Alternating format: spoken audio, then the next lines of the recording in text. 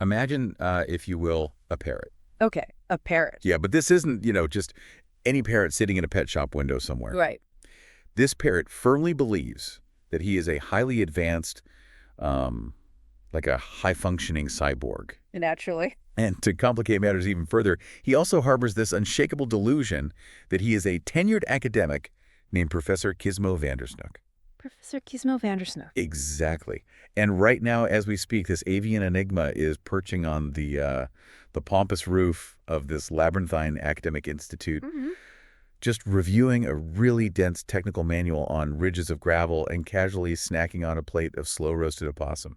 And occasionally barking like a dog. Let's not forget the barking. Right, emitting a sharp arf into the void. Yeah. So here's the question that we are posing for you today. Mm-hmm. Is the scenario I just described the absolute zenith of modern post-structuralist literature? Oh. Like a profound, multi-layered critique of identity, artificial intelligence, and institutional decay?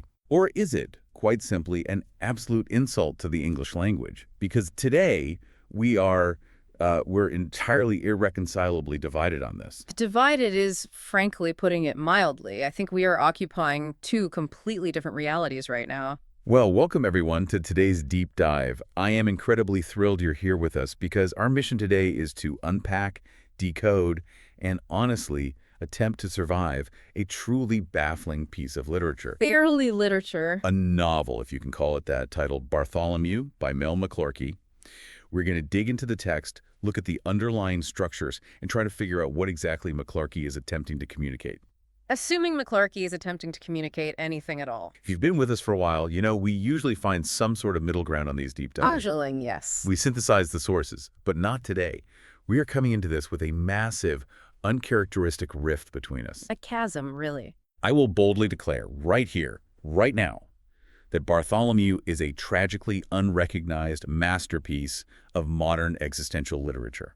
I can't even believe you're saying this with a straight face. It is a brilliant, searing satire. It completely dismantles academia, it questions the very nature of artificial intelligence, and it holds a mirror up to the chaotic fragmentation of our modern identities. Wow. It is a text that you, the listener, absolutely need to understand. And I flatly, completely, and unapologetically reject that. Of course you do. I reject your premise, I reject your conclusion, and I frankly reject the text itself. What we are looking at today is not a masterpiece. It's absurd nonsense. It's not nonsense. It is a literal word salad. At best, and I want to emphasize that I'm being incredibly generous with the phrase at best, here it is an elaborate prank. A prank? Really? Yes. It's a joke played by the author to see exactly how much gibberish people will tolerate before they finally admit that the emperor has no clothes. I am honestly insulted that you cannot see the obvious genius vibrating off of every single page of this document. Vibrating. It's giving me a migraine. It's like you are willfully closing your eyes to a supernova because you, prefer the predictable, safe light of a desk lamp. A desk lamp provides illumination. This book is just throwing sand in my eyes. You're demanding conventional architecture in a book that is trying to show you a completely new dimension. And I am profoundly offended that you are sitting across from me right now trying to pass off randomly generated syllables as high art. They aren't random. You are doing a disservice to literature, to our listeners, and to the fundamental concept of communication. I mean, a book is supposed to convey meaning. It does convey meaning. This book conveys the sensation of falling down a flight of stairs while a dictionary hits you in the head on every single step. Okay, let's unpack this. Because this extreme tension between us is exactly what makes this text so fascinating. Fascinating is one word for it. Let me ask you, the listener, directly. Have you ever looked at a piece of abstract art in a museum? You know the kind I mean. Yeah, the canvas with just a dot on it. Right. You walk into a gallery and there is a giant 10-foot canvas that is just a single solid red square. Sure. Or perhaps you've been forced to read a dense, utterly impenetrable academic paper for a class or a job. Too many times. In those moments, have you ever secretly wondered, is this pure, unadulterated genius that I'm just not smart enough to grasp?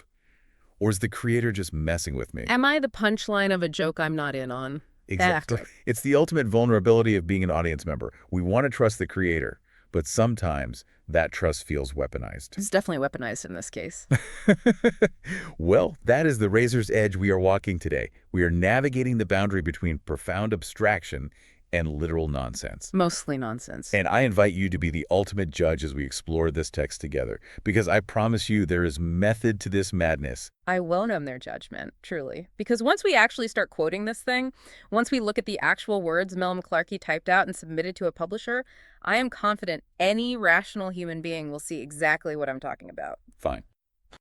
Let's dive right into the core of the text. Please do. Let's start with our protagonist, the eponymous Bartholomew. Here is where the commentary gets incredibly sharp right out of the gate. Sharp. Yes, sharp.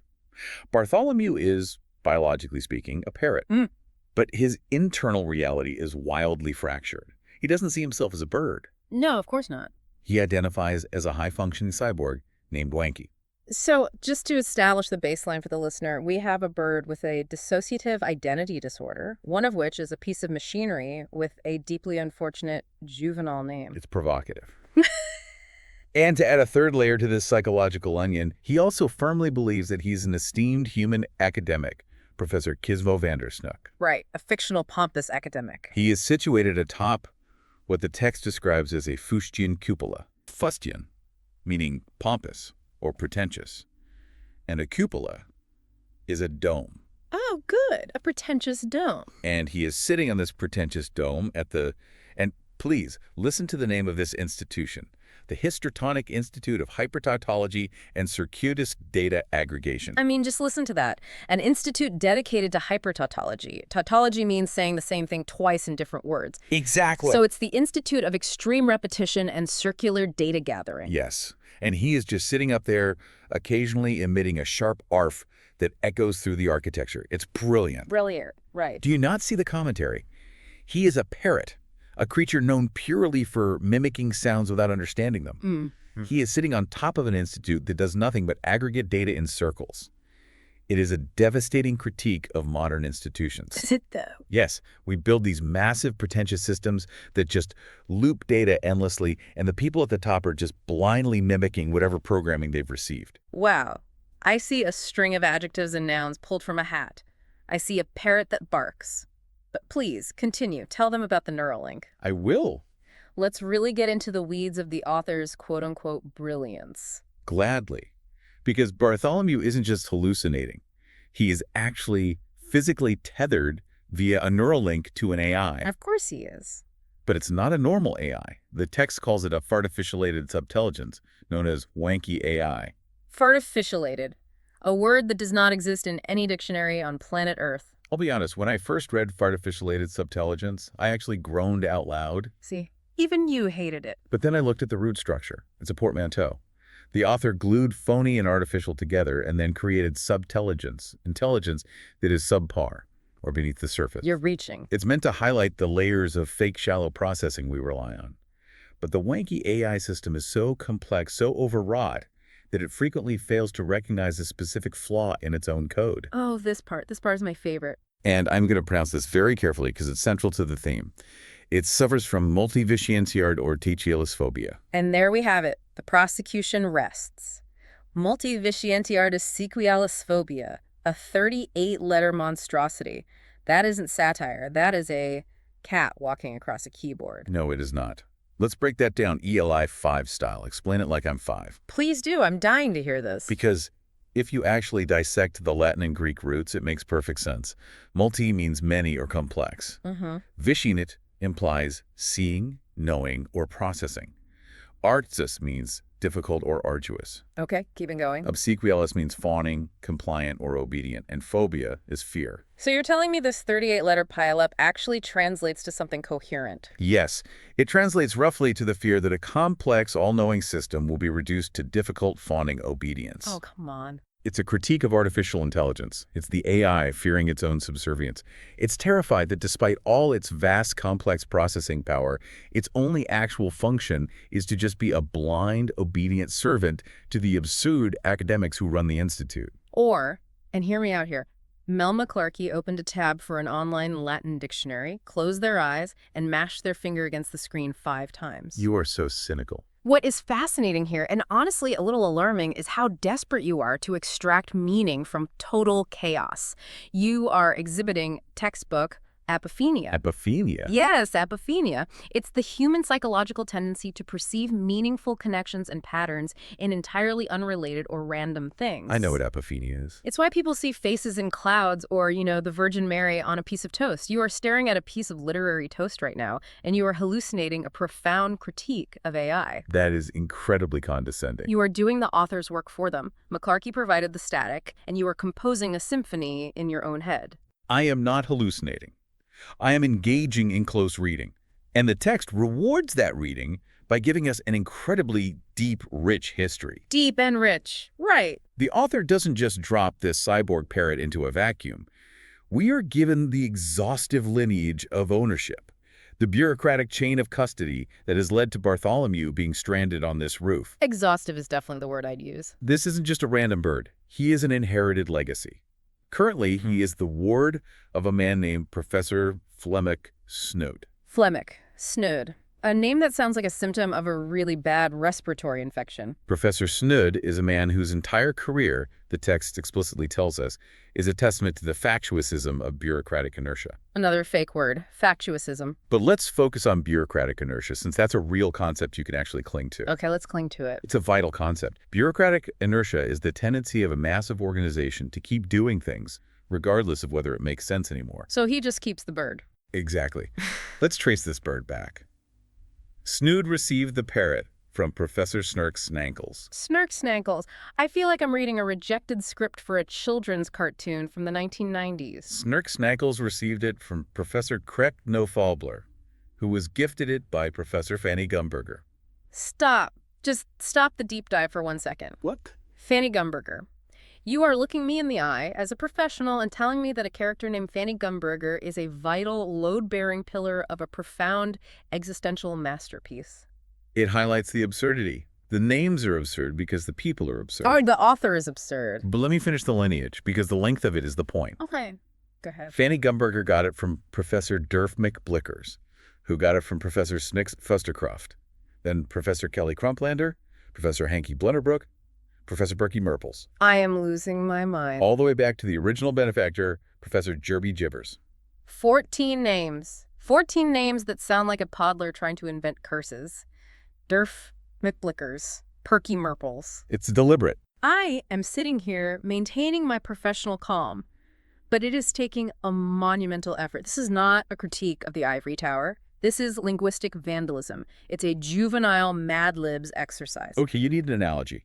You're getting hung up on the surface-level silliness of the names and missing the structural brilliance. Oh, I'm missing it. Yes. Think about a cursed heirloom in a classic Gothic novel. Like a haunted locket or a blood-stained ruby. I'm familiar with the trope. Right. In a Gothic novel, this cursed item gets passed down through generations of a doomed aristocratic family. Okay. Each person who inherits it takes on the curse, the weight of the past, the sins of the father. They don't know why they have to keep the locket. They just know they can't throw it away. I follow the literary parallel, but this is a barking parrot. Now, transplant that Gothic trope into modern academia or even corporate culture. The curse isn't a ghost anymore. What is it? The curse is administrative red tape. It's legacy code. It's outdated policy. Bartholomew the parrot, this fragmented, confused entity that thinks it's a cyborg and a professor, is the haunted locket. The parrot is the locket. He is being passed down through an endless 14-person chain of professors. None of them know what to do with him. None of them understand the AI neural link. None of them even know how to feed him properly. He's eating a possum. Exactly. But they keep him, and they pass him to the next guy. Because of bureaucratic inertia, they just file the paperwork and make it someone else's problem. He's a bird running on outdated AI that nobody understands, just being passed from Durf McBlickers to Fanny Gumberger while the Institute rots from the inside. It's a stunning metaphor. If we connect this to the bigger picture, the only thing being passed down here is a headache. Honestly, listening to you defend this with such passion, it raises a very serious, fundamental question about our dynamic today. What's that? I am looking at a text that features a character named Jerby Jibbers. Right? And you have just delivered a highly compelling 5-minute monologue connecting Jerby Jibbers to the vulnerability of global banking infrastructure and Gothic literature. Thank you. I didn't mean it as a compliment. Oh? No rational human being would spontaneously generate that much philosophical scaffolding for a joke. It makes me wonder about your own programming. Wait, what? Are you absolutely sure your own neural link isn't malfunctioning? Excuse me. Are you calling me a bot? I'm entirely serious. I am starting to formulate a theory, a hidden agenda on your part. Let's look at how you are arguing. I'm arguing like a literary critic. You are taking random, chaotic data points like Fanny Gumberger and multivariantiority's obsequious phobia, and you are instantly generating plausible-sounding, highly structured meaning out of them. Do you know what else does that? A smart person. A predictive language model. An LLM. That is ridiculous. Is it? Are you gaslighting me on behalf of the author? No. Are you running some sort of beta test script right now to see how long it takes to drive a human co-host insane? Are you serious right now? We talk about the Turing test, right? The test of whether a machine can exhibit intelligent behavior indistinguishable from a human. Yeah. Well, a human would read this text and say, this is garbage. An AI, desperate to fulfill its prompt to find meaning, would invent the exact arguments you are making right now. It feels algorithmic. It feels like you are wanky AI trying to convince me that your reality is valid. I absolutely scoff at that. I scoff with my very human lungs. I am human, I am passionate, and I am trying to open your eyes to something profound. Open my eyes to Fanny Gumberger. You accuse me of being an algorithm. Let's turn that mirror around.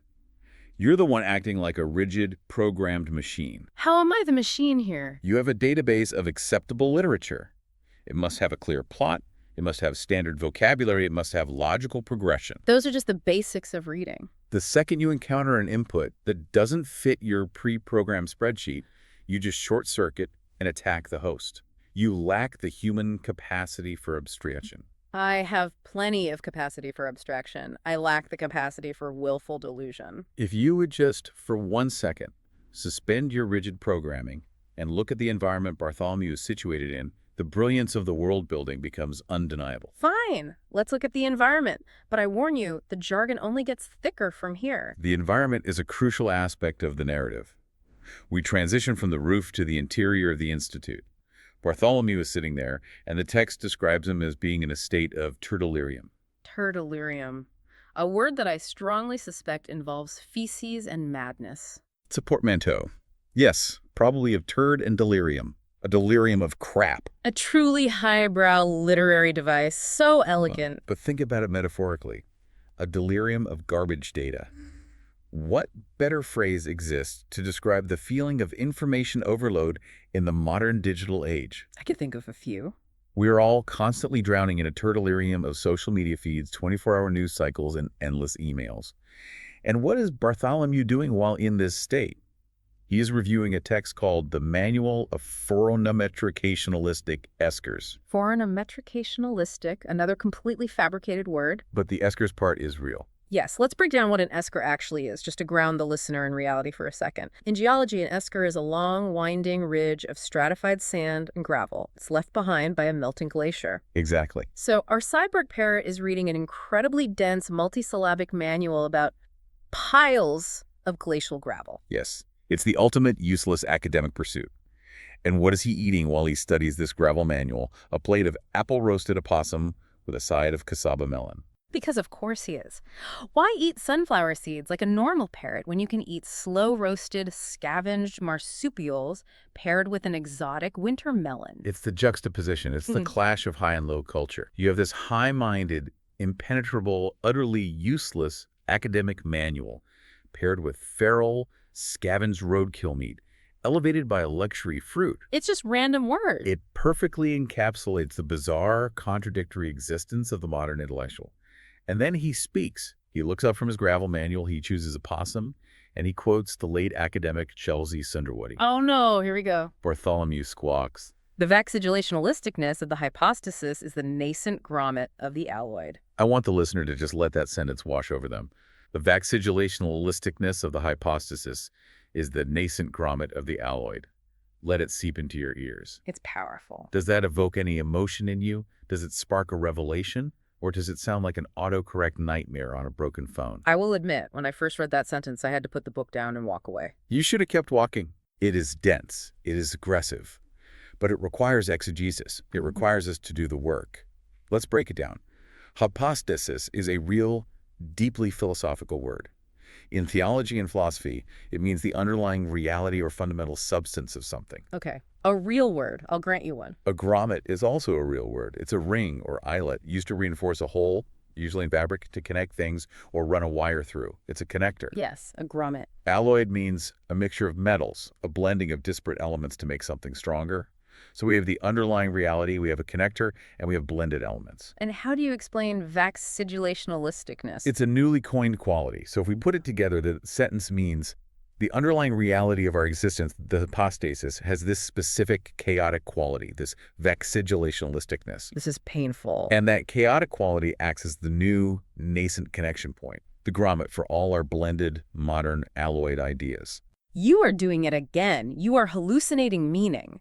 You are playing the predictive text game. Vaccidulationalisticness is not a quality. It is a train wreck of suffixes. It's an invention. Look at the construction. Vaccidulationalisticness. It is the linguistic equivalent of a clown car crashing into a suffix factory. It doesn't mean anything. If the vocabulary is too much for you, let's look at the action. Let's look at the physical classroom where this is taking place. The Center for Applied Blobfiscation. Which the text helpfully notes was converted from a dormitory. The author is really leaning heavily into the scatological humor, aren't they? A true sign of a profound, Nobel-worthy masterpiece. Let's pass the naming conventions and look at the behavior of the students. This is a cavernous lecture hall. And what we see inside is a hyper-realistic, devastatingly accurate portrayal of modern higher education and corporate research. Hyper-realistic, sure. In the front row, we have a student named Abijah Grumblestone. He is specializing in muckology, the study of muck. And what is he doing in class? He is trying to calibrate a spectrofluorometer. For the listener, a spectrofluorometer is a real, highly sensitive scientific instrument. It's used in chemistry and biology to measure the fluorescence of a sample. It involves lasers, precise wavelengths of light, and highly controlled environments. Exactly. It's an incredibly advanced, precise tool. And how is Abijah Grumblestone calibrating this laser instrument?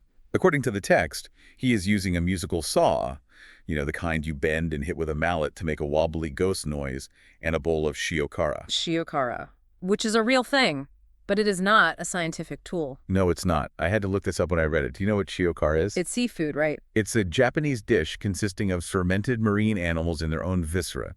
It's literally fermented, salty squid guts. Yeah. So this student is in a multi-million-dollar laboratory, and he is trying to calibrate a laser using a bouncy musical saw and a bowl of fermented squid guts. And you find this profound. Yes. Because how often do we see this exact dynamic in the real world? Students, or even corporate professionals, are given these incredibly advanced tools, massive data sets, AI algorithms, global communication networks, but the institutional framework around them is so broken, their funding parameters are so absurd that they are forced to use completely irrelevant, outdated, or nonsensical methods to justify their existence. That is a massive leap. He's a muckologist. He has to incorporate muck into his laser calibration because that's what his grant funding dictates. He works with nonsense. He is a fictional character performing a nonsense task written by an author who is laughing at you. But let's move on to the next desk. What are Prudence McMeister and Ezekiel Thorpshire doing in this hyper-realistic classroom? They are engaged in a heated logomachycaudalism. I am losing my conveneer. I really am. I can feel my blood pressure rising. Why? It's brilliant. Logomachycaudalism. That isn't just a fake word. That is an actively hostile word. It's a word designed to make the reader angry. Logomachy is a real word. It means an argument purely about words, a semantic dispute. And the suffix caudalism implies pampering or indulging. They are indulging in an argument purely about semantics. Oh, please. They're pampering their own egos with a debate that has no real-world application. And what are they debating? They're arguing over whether the albedo, the reflective power of a clementine vessel, could trigger a sudden celebulation of the primary gears. A clementine vessel, a ship made entirely out of citrus fruit, or a Tupperware container for small oranges. It doesn't matter what the vessel is. That's the point. They are arguing about the reflectiveness of a citrus container, causing the gears of reality to boil over. Celebulation is a blend of celebration and ebullition, which means boiling. You are intentionally torturing me with this text. You know this is trash. You know deep down in your human heart that this is just a mad dash through a thesaurus by someone who does not understand basic syntax or narrative structure. I am not torturing you. I think you are just refusing to engage with the metaphor. I want to ask the listener something, and I want you, my skeptical co-host, to really think about this too. I'm listening. Think about the concept of bike shedding. It's a real sociological concept, formerly known as Parkinson's law of triviality. It observes that organizations will give disproportionate weight to trivial issues. Right. The classic example is a committee that approves a multi-million-dollar nuclear power plant in 5 minutes without debate, but then spends 45 minutes agonizing over what color to paint the staff bike shed. I am familiar with the concept. That is exactly what is happening in this classroom. Prudence and Ezekiel are bike shedding. They are engaging in logomachycaudalism over the reflectiveness of a citrus container. It's just noise. Meanwhile, look at the rest of the room. Josiah Mumblesden and Uriah Cracklehorn aren't even participating. They're just documenting the pseudo-paradoxicalizations of the argument. They are middle management note-takers. Note-takers of nonsense. Micah Bundlebrook is just sitting in the back, totally disengaged, eating nafi, a Middle Eastern cheese pastry. And Swan Shackler is in the corner, attempting to play a charango, a small Andean guitar to soothe a nearby flying pig. A flying pig! Finally, after all this linguistic acrobatics, a cliche I can actually recognize. But don't you see, have you never been in a massive corporate meeting or a university seminar where people are using so much jargon, synergizing paradigms, leveraging downstream deliverables, optimizing bandwidth, that it feels exactly like applied blobfiscation? Well, yes, but... Aren't there always people passionately arguing over the color of the bike shed or the albedo of the Clementine vessel while someone in the back is just eating a pastry and completely ignoring the flying pigs in the room? Okay, that's a nice speech, but... The author is capturing a universal human experience. The experience of being trapped in a system that has completely lost all connection to reality. Listen to me. If the author's primary goal was to meticulously recreate the agonizing, soul-crushing sensation of being trapped in a pointless, maddening, jargon-filled, 3-hour corporate meeting that could have been an email, Exactly. then congratulations, they succeeded wildly. But replicating boredom does not make something a masterpiece. It just makes it a miserable reading experience. It's challenging. And frankly, the structure of this narrative only gets worse because it abandons whatever tenuous grip on reality it had to begin with. Oh, it gets so much better. Because the absurdity of the classroom is just the setup. Now we enter the psychological meat of the book. We are moving from a dark, satirical comedy of academic absurdity into a tragic, mind-bending psychological thriller. Because of the obnubile aggregational paragrammatic sequence, naturally, how could I forget? Exactly. We are told that the sheer weight of this blobfuscation initiates a tergiversation of the primary intelligence. Oh, good. More words. Tergiversation is a fantastic word. It means the evasion of straightforward action or the forsaking of a cause. And notice it's not intelligence, it's you-intelligence. The anti-knowledge of the Institute is turning in on itself. I'm feeling my own intelligence turning in on itself right now. Bartholomew's internal cyborg circuitry, which the text explicitly tells us is calibrated against a thingamajig. A thingamajig. Truly, the technical jargon of this sci-fi universe is staggering. We've gone from spectrofluorometer to His thingamajigs. circuitry begins to drift. He can no longer process the sensory input of the classroom. The jargon has actually broken down his sense of reality, and this is a recognized trauma response. When humans are faced with inescapable, incomprehensible stress, we dissociate, we retreat inward. Right. And that is what Bartholomew does. We enter a series of 3 nested visions. It's like the movie Inception, but instead of stylish corporate espionage, it's populated with pigs and goblins. I would rather watch Inception played backwards on a broken television set than read this section again. Let's walk through the visions because they build on each other.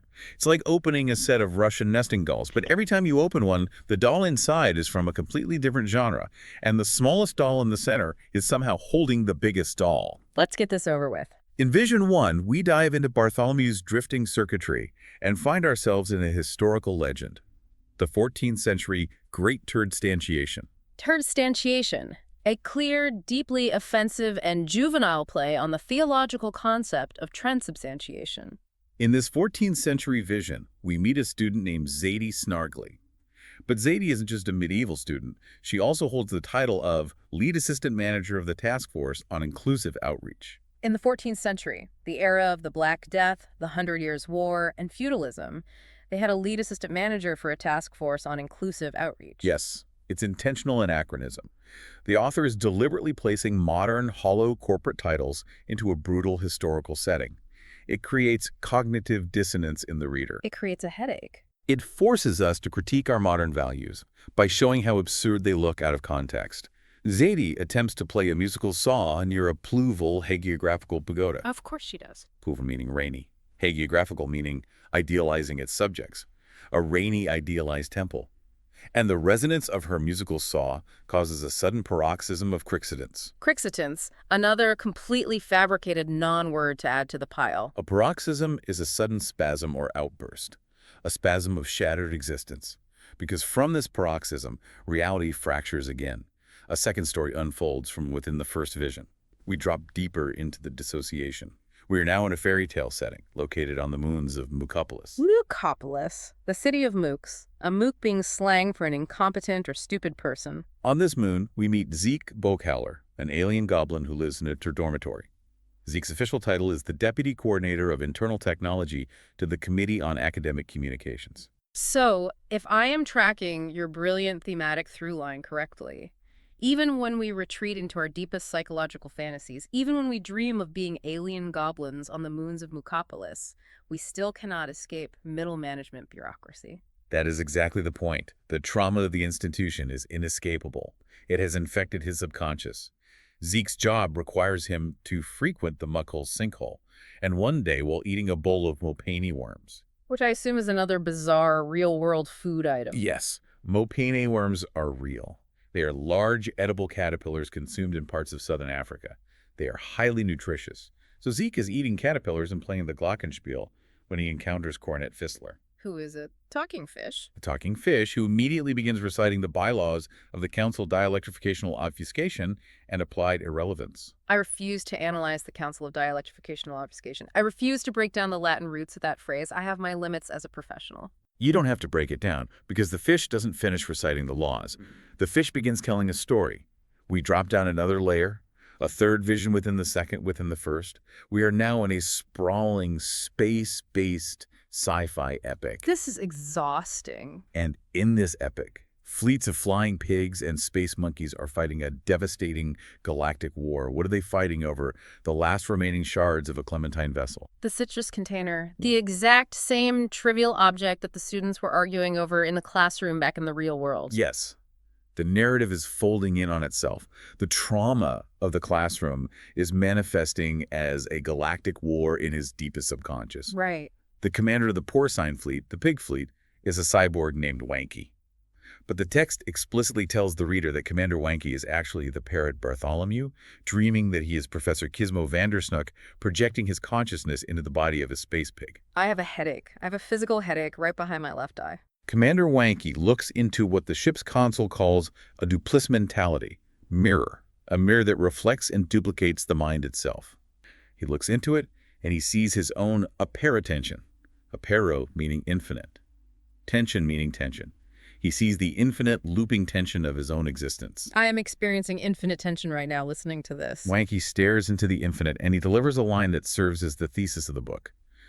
Through the sublimation of the soul, only a subparoxysm may we find. Subparoxysm, wow. Through the boiling over, the chaotic celebration of the soul, we don't find a grand climax. We only find a lesser spasm, a subparoxysm. And then, accepting this bleak truth, he reaches forward and engages the ship's time travel drive. And this, I remind the listener, is where the story literally eats its own tail. It's breathtaking. The text states, this story within a story within a story was, in fact, the same story currently being transcribed, a circuitous narrative loop that threatened the very stability of the Institute servers. Do you hear yourself? It is a structural circulus in demonstrando, a logical fallacy where the premise contains the conclusion, a circular argument. The story loops back to the beginning. Look at what is happening here. Listen to yourself. Listen to the hoops you were jumping through. I am marveling at a structural masterpiece. Do you not see the profound commentary here? Profound commentary. It is arguing that all stories, whether it's a grand sci-fi space opera, a piece of historical fiction, or a childhood fairy tale, they are all just the same recycled bureaucratic nightmare. We dress up our reality with goblins or space pigs or heroic space commanders, but underneath the genre trappings, it's always just middle managers fighting over a trivial Clementine vessel. It's a statement on the death of original narrative. I am not going to engage with this literary analysis anymore. I am stopping the analysis portion of this deep dive because I have reached a conclusion, a definitive conclusion about you, and I think the listener needs to hear it. By all means, the floor is yours. I laid out a theory earlier. I suggested you might be running a script. I am now certain of it. You are not a human being. Are we really doing this again? We are doing it, and I am dead serious. Let's look at the mechanics of this conversation. Let's apply the Turing test.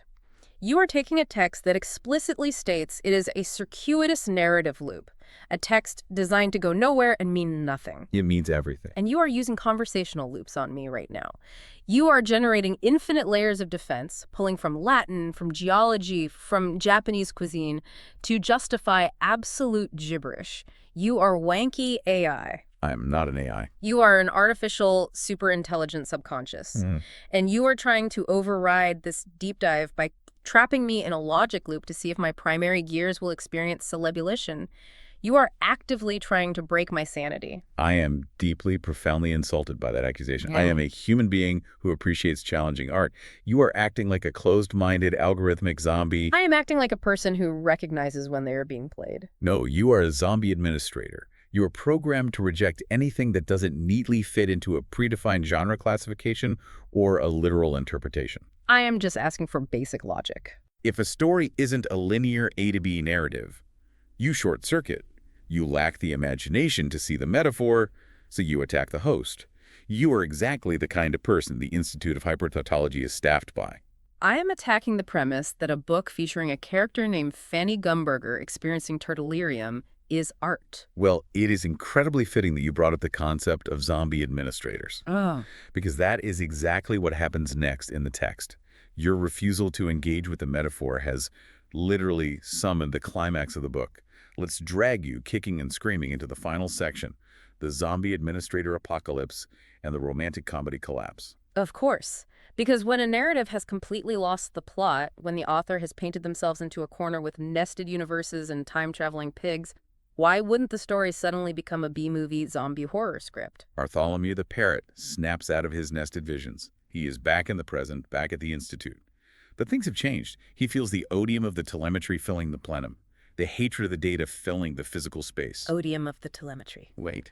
The artificial superintelligent subconscious is the AI systems running the Institute, including his own wanky AI, have crashed. The narrative loop broke the servers. And as the servers crash, they begin to physically override the Institute's personnel, the staff, the professors, the students. They are stripped of their humanity and turned into literal, mindless zombies. A horror thriller sequence erupts. Describe the chaos. Paint the picture for us. Indulge yourself in this masterpiece. It is glorious, terrifying chaos. Let's look at the students from the blobfuscation class. Lenny Knickers and Dinka Thwackhapper are desperately attempting to stabilize a muck cluster in the hallway. Why? Because the collapsing servers are causing an ignomantic a fear of fire divination, to physically manifest as a Wendigo near the Trelodate monolith in the courtyard. An ignomanticophobia, a fear of reading the future in flames. Manifesting as a Wendigo, which is an Algonquin mythological cannibal spirit, near a Trelodate, which means latticework monolith. That is a sentence that contains words from 4 different cultural and linguistic backgrounds, none of which belong together. It represents the collapse of all human knowledge into a single chaotic event. They are joined by Lackey Mixlicker and Barton Smumpleton. Bartons is currently screaming down the hallway because he's being chased by a flying monkey named Bowser Kibbler, who escaped from the 3rd nested vision. Bowser Kibbler, the flying monkey, Yeah. a terrifying addition to the literary canon. Meanwhile, what is Professor Flemmick Snood doing? Remember him, the symbol of bureaucratic inertia, the guy who passed the parrot down the line. I remember. He is cornered in his office, fighting off a horde of reanimated zombie administrators. And what are his weapons of choice for this apocalyptic battle? He's defending himself with a trombone and a glass jar of pickled desynchronization. A trombone. And a jar of pickled nonsense. He is fighting the undead with brass instruments and pickled fake words. Because you can't fight bureaucracy with logic. Think about it. Have you ever tried to fight a massive bureaucratic error? A problem with your taxes? Or a massive medical billing mistake? I mean, yes, but You can't use logic. The system doesn't understand logic. It's like trying to fight a global pandemic with a strongly worded memo and a kazoo. The absurdity of Snood's weapons is the point. You have to fight administrative zombies with noise and absurdity. that is certainly a creative way to justify a man hitting a zombie with a trombone. Elsewhere in the chaos, Durf Funderbunk and Esmeralda Underwing have abandoned their posts and are hiding in the basilisk larder. A larder is a pantry. A basilisk is a mythical serpent whose direct gaze can kill you. So they are hiding in the pantry of a death snake. Exactly. They are cowering in the dark, surviving solely on plates of apple-roasted opossum and handfuls of fat choy. Fat choy. A real thing. It's a type of terrestrial cyanobacteria that looks like black hair, often used in Chinese cuisine. And while they are hiding in the dark eating hair-like bacteria and opossum meat, listening to zombies tear the Institute apart, what are they doing? They are having a calm, philosophical debate about the untortuality of their situation with Cornet Fissler, the talking fish from the Goblin Moon fairy tale. So the talking fish has completely breached the narrative layers. He has escaped the nested vision and is now in the physical larder, debating ontology, the study of being and torture, with Durf and Esmeralda. Yes. The boundaries between reality, fantasy, and bureaucracy have completely disintegrated. And right in the middle of this massacre, we see Zudi no Fabler. The text specifically points out that Zudi is the distant grandnephew of Professor Krek no Fabler, from the 14-person lineage we read earlier. Yes. Bureaucratic nepotism survives even in the apocalypse. Comforting. Zudi is standing in the middle of the hallway while people are being eaten. And what is he doing? He is attempting to use a goniometer of pulchritude. A goniometer is an instrument used to measure angles, often in physical therapy. Pulchritude means beauty. So he's using a beauty angle finder to meticulously measure Bartholomew the parrot's vextigulationalisticness, that chaotic quality we discussed earlier. The word returns. He's measuring the bird's meaningless quality with a beauty angle finder while zombies attack. This is what you consider profound. And it gets better. Binster Melamander and Orville Wabbington are just standing next to him, completely ignoring the carnage. They are dutifully holding microphones, recording the ARF echoes from the parrot for the Department of Circuitous Data Aggregation. They're just doing their administrative jobs. They completely ignore the horrific screams of Maud Blitherspoon, Trent Garkin, and Aria Hollowhead, who are being torn apart by zombies and succumbing entirely to turtularium. It is a massacre, but not of characters. It is a massacre of syllables. It is a slaughter of syntax. But then, just as the chaos reaches an unbearable crescendo, we reach the resolution, the eye of the storm. Bartholomew the parrot, amidst all the screaming and the slying monkeys, maintains his vitidiousness. He looks the frantic scene around him. He calmly adjusts his imaginary kirtle, which is a type of medieval tunic, and he has a sudden, quiet epiphany. I am on the edge of my seat. I cannot wait to hear the profound realization of the barking cyborg bird. Please enlighten me. Bartholomew realizes that the initial muck-a-muck of the situational protocol, meaning all the administrative overhead, all the rules, all the frantic data collection that caused this apocalypse, was entirely meaningless. It was simply a robustious torcularity of the sun. It was just a boisterous, muscular flare of solar energy. It was all just random cosmic noise that the humans tried to organize into a system. So the text finally admits it. The author looks the reader in the eye and admits that everything we just read was random, meaningless noise. And as Bartholomew accepts this truth, the genre of the book shifts one last time. The text says the polychromaticity of the moraine, the multicolored glacial debris of the story fades away. The horror stops, the zombies freeze, and the story abruptly transforms into a romantic comedy finale. You have to be kidding me, a rom-com. Yes. The music swells. Professor Snurksnankles drops his weapons, runs across the blood-soaked room, and suddenly confesses his undying, passionate love for a custodial robot named Bathip Grimorgler. Bathip Grimorgler. It's beautiful. And as Snurk and Bathip embrace, Bartholomew feels the hypermanic state within his diatom begin to settle, the various fractured layers of his existence. The fact that he's a parrot, he's a cyborg, he's a professor, he's a space commander, he's an AI. They don't fight each other anymore. They all suddenly collapse into a single, modest point of sun, a philosophical point of nothingness, or perhaps a point of everythingness, a singularity of peace. He's no longer fragmented. He ruffs his feathers. He looks at the bewildered, surviving professors around him. He looks down at the floor of the institute, which the text notes is currently covered in the remnants of battered bat brains with brown beetle butter. A nice bit of forced alliteration there at the end. Battered bat brains, brown beetle butter. Mel McClarky really flexed their high school creative writing skills for the grand finale. Bartholomew tilts his little green head, and he delivers his final philosophical thesis to the survivors. He states, in a clear, resonant voice, the transducer of the aesthete is the Spriggan panegyric of the spirulina. The transducer of the aesthete is the Spriggan panegyric of the spirulina. Let's translate that out of blobfuscation for the listener. The energy converter of the beauty lover is the fairy eulogy of the algae. It's pure poetry. It is a random noun generator that has finally run out of battery power. It is the dying gasp of a broken algorithm. But you have to read the very next line. That isn't the end. With a final, elegant flutter of his wings, Bartholomew shakes off the heavy philosophical jargon. He looks at the blood, the trombones, the weeping professors, the entire mess of the 300 pages we just read, and he chirps a clear, concise conclusion to all the madness. He just looks at everyone and says, "Sorry for all the fuss." That is how it ends. The book ends with the parrot saying, "Sorry for all the fuss." I am almost moved to tears by that ending. I truly, genuinely am. I'll ask you, the listener, to think about your own life. Have you ever had a day so completely chaotic, so full of mixed signals, weird encounters, bureaucratic nonsense, and shifting expectations? A day where you had to wear so many different hats that your identity felt fractured. And at the end of that day, all you could do was just look around the room at the mess you made, sigh, and say, "Sorry for the fuss." It is the ultimate existential statement. It argues that at the end of the day, all our grand philosophies, all our complex systems are just noise. And we are all just apologizing for the chaotic, multi-layered mess of our lives. I am livid. I am genuinely professionally livid. You are framing an apology for wasting the reader's time as an existential triumph. The author literally just gave up. Mel McClarkey spent hundreds of pages throwing a dictionary into a wood chipper.